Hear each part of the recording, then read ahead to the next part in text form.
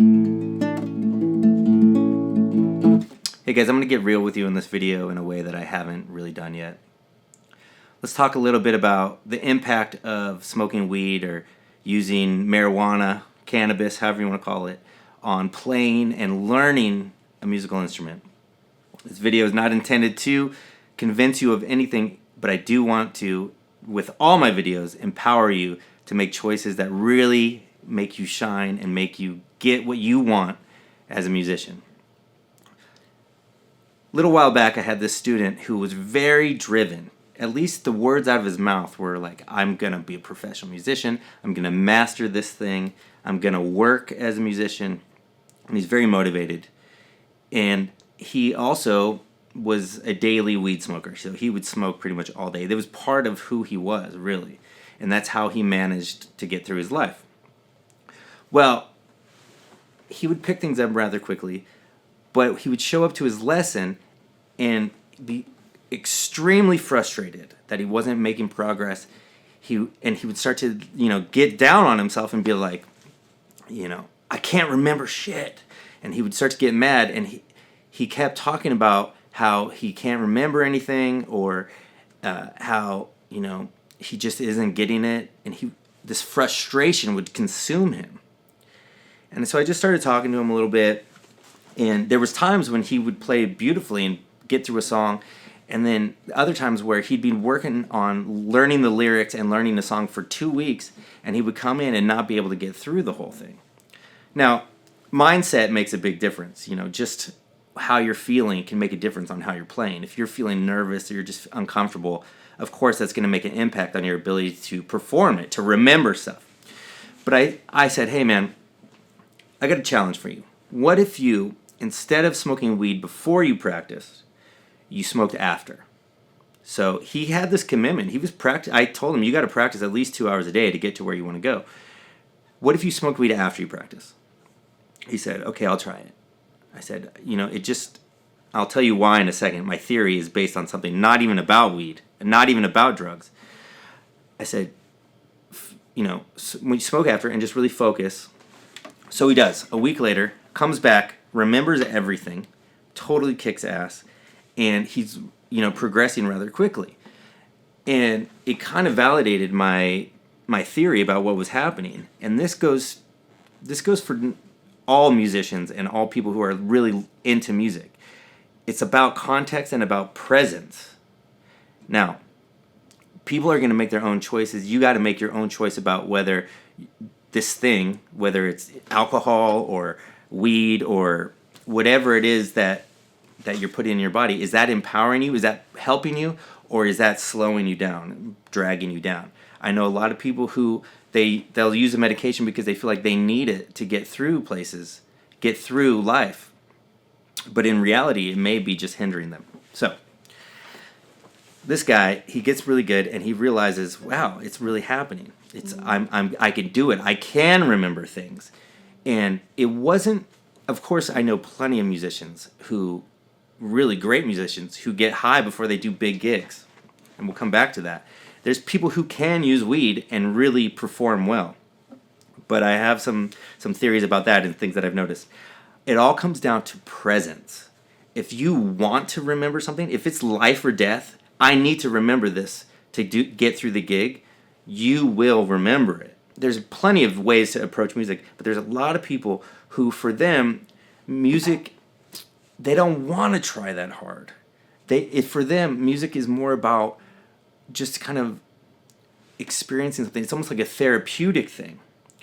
So if you have somebody who, say for instance, they pick up their guitar after work and it really just helps them decompress, and part of that process is smoking weed and just like kind of zoning out and just listening to the music, that's a completely different context than I'm going to acquire this skill and be able to execute this skill on demand for money or as my job.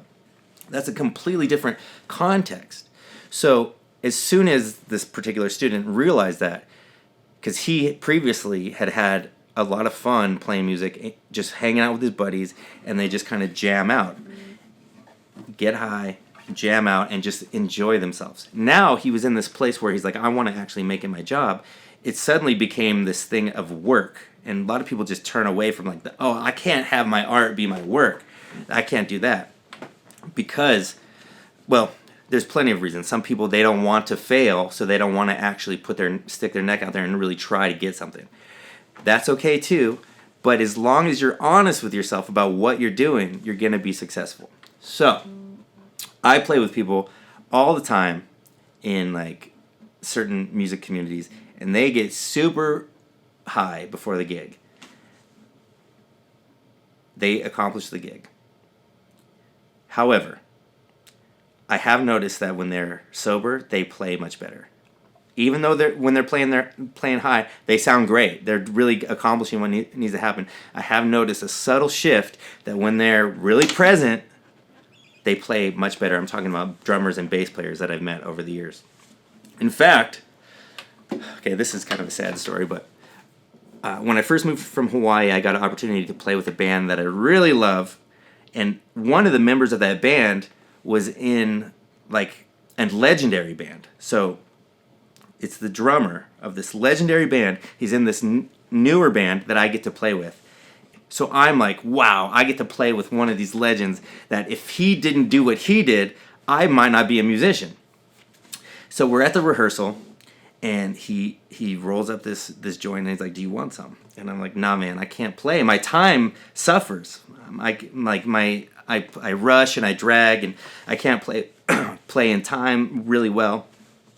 Because I have this standard, I want to do it the best I can, and I practice sober. I do my best work, and I can really get into the music sober. That's my vibe. In fact, the music is what gets me high. I don't need anything else. I didn't tell him all that. I just said, hey man, I can't really play when I'm like that. And he goes, see, the thing about that is, I mean, this is somebody who like a lot older than me, legend. He's like, the thing about that is, you gotta just not let it. You gotta just make sure that you don't lose time, even though you're high or whatever. And I was like, okay, that sounds pretty rock star, man. Like, okay.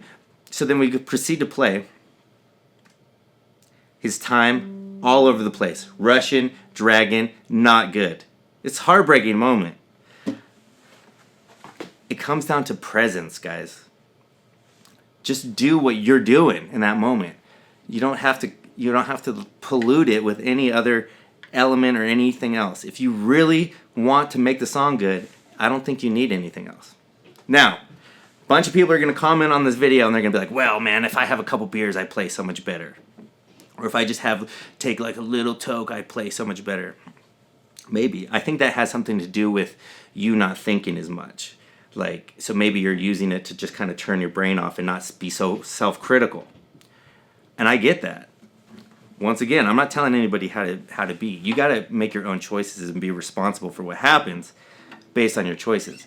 But if you can get to a place where you can turn off your critical mind and just play no matter what the situation is, if you can do that without some outside influence, drugs or alcohol or whatever, you'll really have everything you want on command, and you won't need this other thing.